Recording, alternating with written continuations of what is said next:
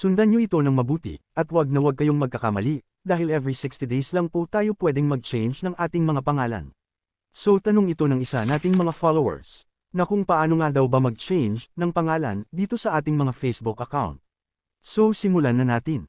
First, dito sa ating mga Facebook, click lang natin itong 3 lines dito sa taas. Then click Settings icon. Tapos dito, click lang natin itong See More in Account Center. Then click lang natin itong profile natin dito sa taas. Tapos dito, click lang natin ulit itong profile natin. Then ayan, makikita na natin dito, itong name. So click na natin siya. At ayan, pwede nyo nang ilagay, yung gusto nyong maging bagong pangalan. Make sure nyo lang, na sigurado na kayo sa pangalan na ilalagay nyo, dahil every 60 days lang po tayo, na pwedeng mag-change ng pangalan. Then kapag okay na yan, ay click na natin itong Review Change dito sa baba.